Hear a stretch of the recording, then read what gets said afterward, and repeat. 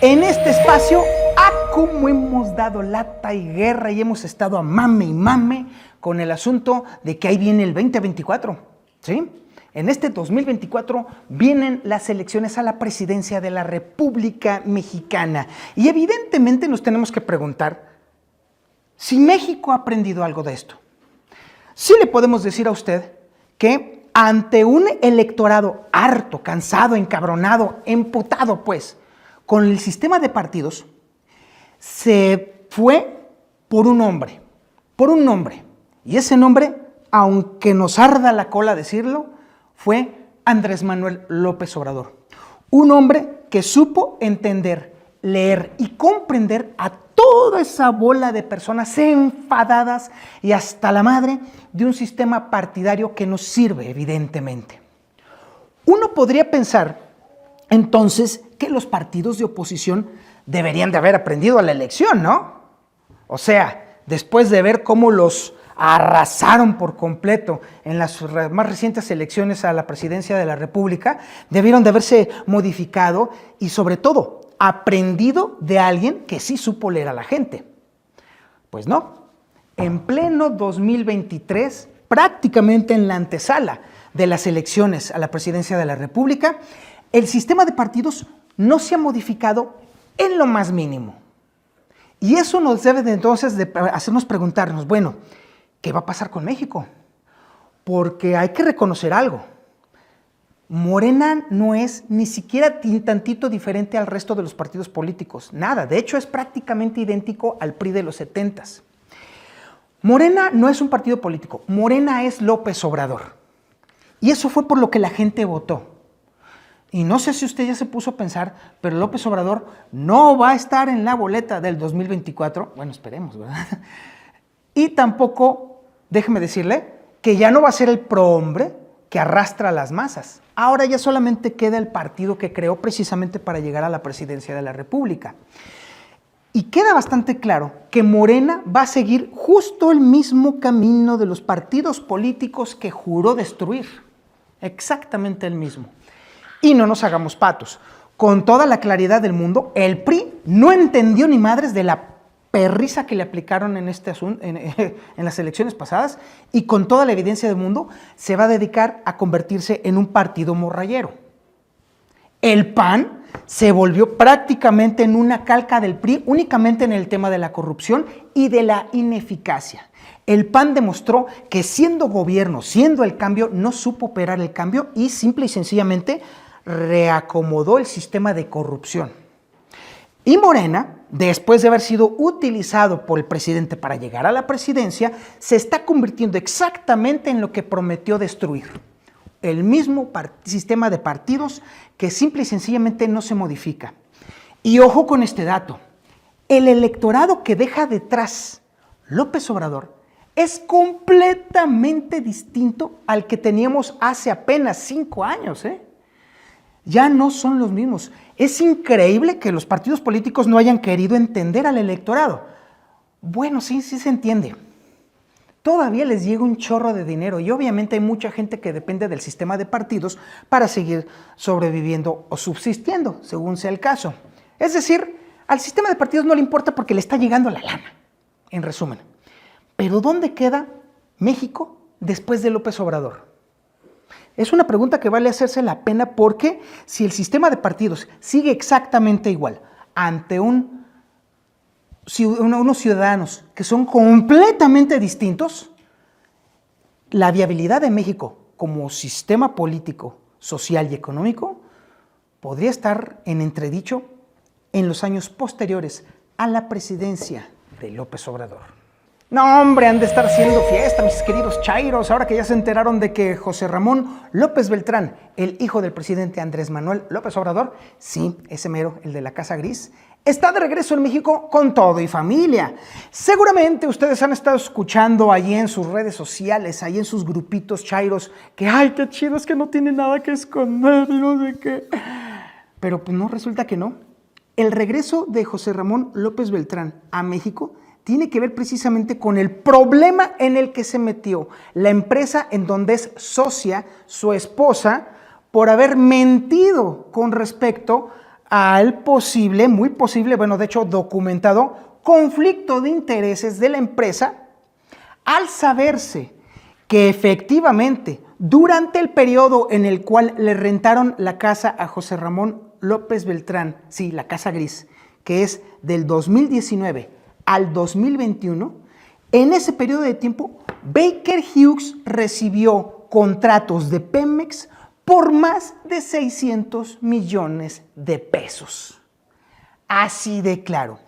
Toda esta documentación está disponible en el sitio web de Mexicanos contra la Corrupción y la Impunidad, donde están ahí todos los contratos que se firmaron, todos. De hecho, se logró comprobar que el mismo día en que José Ramón se estaba mudando a la Casa Gris, ese mismo día se firmaron o se comenzaron a firmar los convenios de Baker Hughes con justamente Pemex Exploración. Chulada de maíz prieto. Esto mete en gravísimos problemas a la empresa porque mintió abiertamente con respecto a la inexistencia hasta ese momento de un posible conflicto de intereses. Claro que lo hubo. El directivo que le rentó la casa justamente a José Ramón fungía justamente como director de Baker Hughes y fue el responsable de la firma de los convenios y los contratos con Pemex Exploración. Ante esta evidencia, Baker Hughes va a tener que entregar y rendir cuentas ante la SEC de Estados Unidos. De Estados Unidos, otra vez, estamos como con lo del Chapo y también como con lo del asunto de García Luna. Toda la justicia se impone en otro país, no en el nuestro. Pero más allá de este asunto, les quiero decir a ustedes que hubo dos entidades que mintieron gravemente en este asunto. Uno de ellos fue justamente Baker Hughes. Y el otro que mintió, ¿quién creen que fue? Pues sí, el presidente Andrés Manuel López Obrador. ¿O qué? Ya se les olvidó que le dedicó 5 mañaneras a decir que su hijo no había incurrido en ningún problema y que la esposa de él pues tiene dinero y que no hay conflicto de intereses y que no es cierto que hubiera firma de convenios con Baker Hughes. Ahora que ya se comprobó que está documentado y que inevitablemente Estados Unidos va a tener que meterse al tema, porque obviamente el que una empresa mienta en ese sentido y sobre todo con ese tipo de convenios, pues obviamente no le gusta ni le agrada nada a Estados Unidos, pues nos queda bastante claro de que, bueno, deja desnudo al tirano de entrada, porque sí, mintió sin tener todos los elementos. Eso sí me queda bastante claro. Tampoco puedo decir que López Obrador lo hizo de manera escondida o haciendo algo así oscuro y tenebroso. No, simple y sencillamente al presidente no le llega toda la información. No le dan toda la información. Y me queda bastante claro que Pemex le está jugando el dedo en la boca al presidente López Obrador, porque fue la primera empresa que debe de haber dicho: presidente, ¿qué crees si tenemos convenios con Baker Hughes? En el mismo periodo que le rentaron la casa a su niño.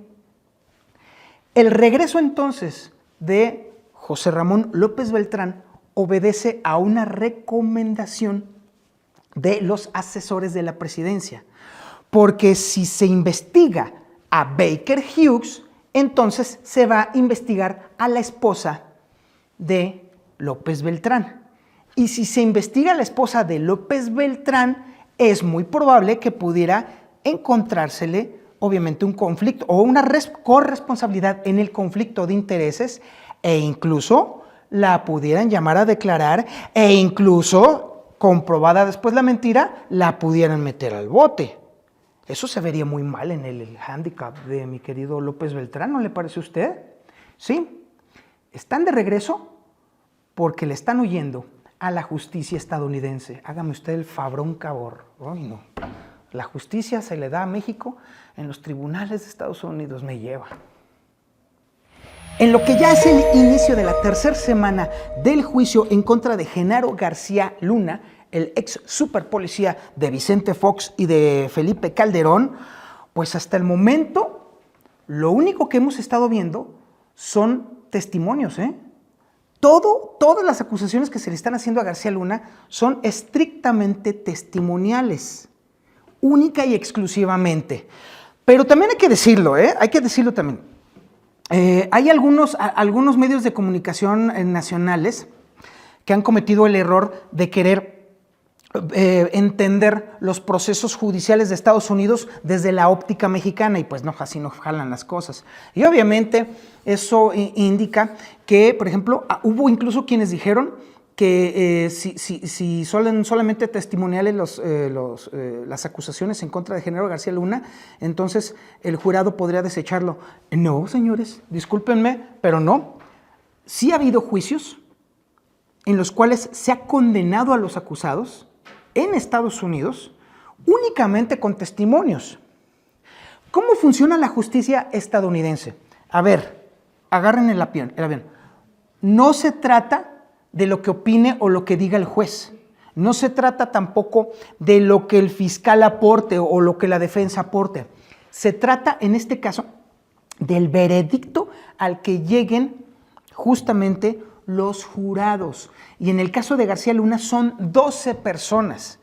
Y en este sentido, la fiscalía tiene que convencer a los 12. Y estos tienen que ser unánimes en el sentido de que solamente los puros testimonios que se vayan a ir acumulando a lo largo de las siguientes 3 o 4 semanas condenen o dejen más allá de toda duda clara la culpabilidad de Genaro García Luna. Y a esto le está apostando la presidencia de Andrés Manuel López Obrador. Porque le recuerdo a usted y le vuelvo a insistir, la narrativa con la cual ha crecido López Obrador ha sido precisamente por haber señalado los abusos y la corrupción de Vicente Fox Quesada, de Felipe Calderón y de Peña Nieto. En eso se ha fundado todo el basamento ideológico de López Obrador. Por eso López Obrador está tan interesado en este asunto y obviamente que a la presidencia de López Obrador le urge que haya un juicio condenatorio en este sentido. Pero así como van las cosas, la condena que se le pudiera dar a García Luna, pues sí, parece ser que pudiera ser estrictamente testimonial. Y ojo, de acuerdo a las leyes de Estados Unidos, el veredicto del jurado tiene que ser unánime. ¿Lo escuchó? O sea, los 12 tienen que decir únicamente con testimonios que Genaro García Luna es culpable. Basta que uno solo de los jurados diga que tiene dudas para que todo el caso se caiga.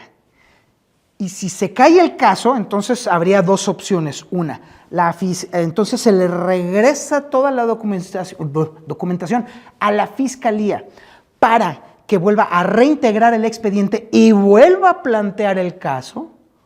O dos, algo sorpresivo y que sería terrible para la presidencia de López Obrador, que la fiscalía se desista del caso. Sería un revés gravísimo, pero de verdad gravísimo, para las huestes de López Obrador, porque el sustento, la base justamente de la narrativa de lo que es López Obrador y lo en que se ha convertido, descansa justamente en el señalamiento de la corrupción de sus antecesores. Si no se demuestra que Genaro García Luna es culpable, más allá de toda duda razonable, niños, entonces sí podría haber un veredicto muy sorpresivo y que nos indignaría a todos, porque tampoco estoy diciendo que Genaro García Luna sea inocente, no, pero por supuesto que no, un auténtico pillo, por supuesto.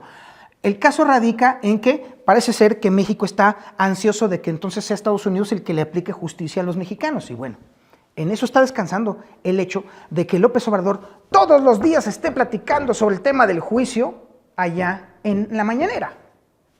Y si a esas nos vamos, imagínense un revés de ese calibre, que dijeran, señor García Luna, pues pásele ya, cáigale mejor. Pero a las chares no les importa.